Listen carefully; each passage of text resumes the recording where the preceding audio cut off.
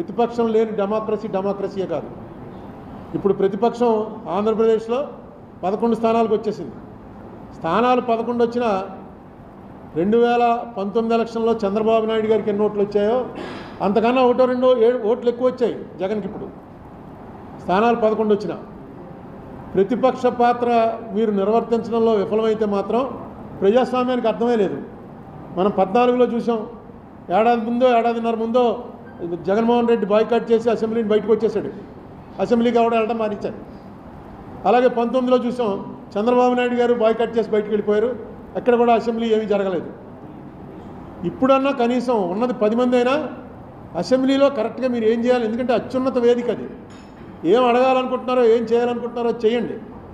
అయిపోయింది. అప్పుడు 23 వచ్చినప్పుడు మీరు చెప్పారు 23 స్థానాలు వచ్చాయి, ఇంక అయిపోయింది చంద్రబాబు నాయుడు చాప్టర్ క్లోజ్ అని. ఇవాళ ఏమైంది? మీకు 11 స్థానాలు వచ్చినప్పుడు వాళ్ళు అంటారు మీ చాప్టర్ క్లోజ్ అని. చాప్టర్లు ఏవి క్లోజ్ అవ్వవు. మీకు ఒక ఉదాహరణ చెప్తాను. ఇదేదో నేను ఊహించి చెప్తుంది కాదు. 1989లో ఇక్కడ సీనియర్లకు తెలిసి ఉంటుంది. 89లో ఫస్ట్ టైం ఎంజీ రామచంద్రన్ చచ్చిపోయిన తర్వాత ఎలక్షన్లు జరిగాయి. అంతకుముందు ఆ ఎంజీ రామచంద్రన్ గారి భార్య జయలలిత ఇద్దరు కూడా పార్టీ నాదంటే నాదని కొట్టుకున్నారు. 89 ఎలక్షన్లో క్లియర్గా 169 సీట్లు కరుణానిధి గారి పార్టీకి వచ్చాయి. 30 సీట్లు జయలలిత గారి పార్టీకి వచ్చింది. కరుణానిధి గారు సీఎం అయ్యాడు. నెక్స్ట్ 91లో రాజీవ్ గాంధీ గారు చచ్చిపోయిన తర్వాత అనుకుంటాను ఈ ఎల్టీటీఈకి కరుణానిధికి సంబంధాలు ఉన్నాయనే దీంతో కరుణానిధి ప్రభుత్వాన్ని రద్దు చేశారు. రద్దు చేసి మళ్ళీ ఎలక్షన్లు వచ్చాయి. మళ్ళీ ఎలక్షన్లు వస్తే జయలలితకి 225, కరుణానిధికి 7 సీట్లు. ఎక్కడ 180-69 తక్కువని 7కి పడిపోయాడు. రూలింగ్లోంచి అపోజిషన్లోకి మిజరబుల్ అపోజిషన్. కానీ ఏడుస్తూ ఇంట్లో కూర్చోలా. నడిపాడు 5 ఏళ్ళు ప్రతిపక్ష పాత్ర నడిపాడు 7గురితోటే. నడిపి 96 వచ్చేటప్పటికి కరుణానిధికి 221, జయలలితకి 4 అసెంబ్లీ సీట్లు. లాస్ట్ టైం 7 వచ్చిన వాడేమో 221 పెరిగాడు. 225 వచ్చిన వాళ్ళు 4కి తగ్గారు. 2011లో మళ్ళీ 203. జయలలిత 2 సార్లు నెగ్గింది. 2016లో కూడా నెగ్గింది ఆవిడ చచ్చిపోవటానికి ముందు. అంతకుముందు ఎప్పుడు ఒకసారి అయినా ఒకసారి ఆవిడ అలా వచ్చేది. 2 సార్లు నెగ్గింది ఆవిడ. ఈ రాజకీయంలో ఎప్పుడు కూడా నిస్సహాయత ఉన్నవాడు రాజకీయాల్లోకి రావటమే అనవసరం. ఉదాహరణ చంద్రబాబు నాయుడే. ఆయన వయసుకి మొన్న వేసంకాలం టీవీలో చూస్తుంటే మనకి చెమటలు పట్టేసావు. ఏంట్రా బాబు ఇంత ఎండలో అలా పడి మెయిన్ రోడ్డు మీద నిలబడి అలా మాట్లాడుతున్నాడు. చెమటలు కారిపోతుంటే మనకే భరించలేకపోతున్నాం. ఏసీ కూర్చుని ఎలా తిరుగుతున్నాడు అంటే ఆ కసి, ఆ రాజకీయం అనేటువంటి ఆ కసి ఉండాలి. నిస్సత్తువ తగ్గిపోవాలి. నిస్సహాయత నాకు ఎవడో లేడురా అన్నది ఉండకూడదు. అలా చేశాడు కాబట్టి ఆయన మళ్ళీ రివర్స్ అయింది. ఇప్పుడు జగన్మోహన్ రెడ్డి కూడా మా వాళ్ళని కొట్టేస్తున్నారు. ఇవన్నీ కూడా మామూలుగా జరుగుతూ ఉంటాయి. ఈసారి కొంచెం ఎక్కువ జరుగుతూ ఉండొచ్చు. జగన్మోహన్ రెడ్డి దీనికి మైనస్కి ప్రధానమైనటువంటి కారణం ఏంటంటే ఆయన చేసినటువంటి పనులు కక్షతో చేస్తున్నాడు అని మిడిల్ క్లాస్ జనం నమ్మారు. ఆయన చేస్తున్నటువంటివి రూల్ ప్రకారం చేశాడా, రూల్ ప్రకారం చేయలేదా అన్నది పక్కన పెట్టి, రూల్ ప్రకారం చేసినా రూల్ ప్రకారం కాకపోయినా ఇది కక్ష బట్టి చేస్తున్నాడు అని ఖచ్చితంగా మెజారిటీ ప్రజలు నమ్మారు.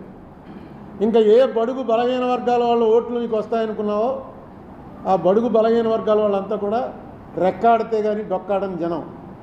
ఆ జనానికి 50 రూపాయల లిక్కరు 200 రూపాయలు దాటిపోతే తాగకుండా ఉండలేని పరిస్థితి అనేక సంవత్సరాల నుంచి అలవాటు చేసాం. సాయంకాలం అయ్యేటప్పటికి ఇంటికి వెళ్ళేటప్పుడు లిక్కర్ వేసుకుని వెళ్ళడం అలవాటు అయిపోయిన వాళ్ళు ఒక్కసారిగా బడ్జెట్లో మార్పు వచ్చేసింది. మీరు ఇచ్చే ఎన్ని వేలు ఇచ్చారు, ఆటో డ్రైవర్కి ఇచ్చారు, తర్వాత చిన్న చిన్న పనులు చేసుకుంటున్న వాళ్ళకి ఇచ్చారు, 3000 రూపాయలు పెన్షన్ ఇచ్చారు. ఇవన్నీ కూడా కలిపి కూడా ఆ ఫ్యామిలీ బడ్జెట్లో తేడా వచ్చేసింది ఈ లిక్కర్ వల్ల. మీకు ఎలక్షన్లు పోవడానికి వాళ్ళకి డైరెక్ట్గా గవర్నమెంట్ తోటి సంబంధాలు ఉండవు. లాస్ట్ టైం కన్నా ఈవేళ బాగున్నావా లేదా, ఎవడు ముఖ్యమంత్రి ఎవడు ప్రధానమంత్రి మామూలు పని చేసుకున్న వాళ్ళకేమీ అది ఉండదు. ఉల్లిపాయ రేటు గురించి ఒక గవర్నమెంట్ పడిపోయింది ఢిల్లీలో. నా బహుశా 70 ఏళ్ళలోనో 80లోనో ఉల్లిపాయ రూపాయి ఉండేది 5 రూపాయలు అయింది. అంతే వాళ్ళకి ఉల్లిపాయ నిత్యావసర వస్తువు తక్కువని ప్రభుత్వాన్ని దించేశారు. అలాగే ఇక్కడ సారా అన్నది ఎంత బలంగా పనిచేసిందంటే అది మొట్టమొదట పాపం ఫస్ట్ ఈ విషయం కనిపెట్టినవాడు ఎవడంటే స్టేట్ లెవెల్ లీడర్స్లో మన రాజమండ్రి ఆయన సోమవీర్రాజు లిక్కర్ రేట్లు ఎక్కువైపోయి 50 రూపాయలకి ఇస్తాం మేము వస్తేనంటే ట్రోలింగ్ చేసి తెగదిట్టేశారు సోమవీర్రాజుని. అదే చంద్రబాబు నాయుడు గారు డైరెక్ట్గా మీటింగ్లోకి వచ్చి చెప్పాడు 50 రూపాయలకే మీకు నాణ్యమైన లిక్కర్ ఇస్తాను మేము వస్తే అని. అది పనిచేసింది. సోమవీర్రాజు ముందే చెప్పాడు అది, ఎందుకంటే అతనికి ముందే వెలిగింది. ఇది దీనివల్ల చాలా ఫ్యామిలీస్లో చాలా ఇబ్బందులు అయిపోతున్నాయి ఆర్థికంగానే. తర్వాత ఇంకా చంద్రబాబు నాయుడు గారు చేయవలసిన 1-2 పనులు ఏంటంటే డీలిమిటేషన్ వస్తుంది. డీలిమిటేషన్ వచ్చి సీట్ల సంఖ్య 700 దాటిపోతుంది. అందుకే పార్లమెంట్ కొత్త బిల్డింగ్ కూడా 700 దాటిన వాళ్ళు 800 మంది పట్టేలా కట్టారు. డీలిమిటేషన్లో మన పాత్ర కరెక్ట్గా, ఎందుకంటే సౌత్ మొత్తం మనకి ఇచ్చేటువంటి డబ్బు బాగా ఇప్పటికే చాలా తక్కువ ఇస్తున్నారు. అది నేను అనేకసార్లు మీకు లెక్కలన్నీ చెప్పాను. మనం ఆంధ్ర నుంచి 100 రూపాయలు వాళ్ళకి ఇస్తుంటే, కేంద్రానికి వెళ్తుంటే ఆంధ్ర నుంచి మనకి వెనక్కి వచ్చేది 63 రూపాయలు మాత్రమే వస్తుంది. అదే ఉత్తరప్రదేశ్కి 100 రూపాయలకి 120 రూపాయలు వెళ్తుంది, బీహార్కి 140 రూపాయలు వెళ్తుంది. కారణం ఏంటంటే జనాభా అన్నారు.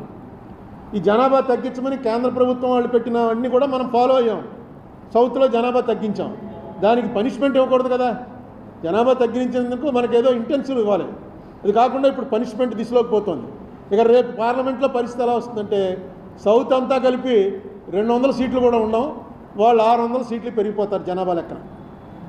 పెరిగిపోతే వచ్చేటువంటి ప్రమాదం, సౌత్కి వచ్చేటువంటి ప్రమాదాన్ని ఎలా నివారించాలి అనే విషయం కూడా సౌత్లో ఇప్పుడు ఉన్నటువంటి లీడర్స్లో చంద్రబాబు నాయుడు గారికి కనెక్షన్లు ఉన్న లీడర్ కాబట్టి, అన్ని పార్టీల్లో కనెక్షన్లు ఉన్నాయి కాబట్టి ఆయన చేసి దాని విషయం కూడా దృష్టి పెట్టాలి.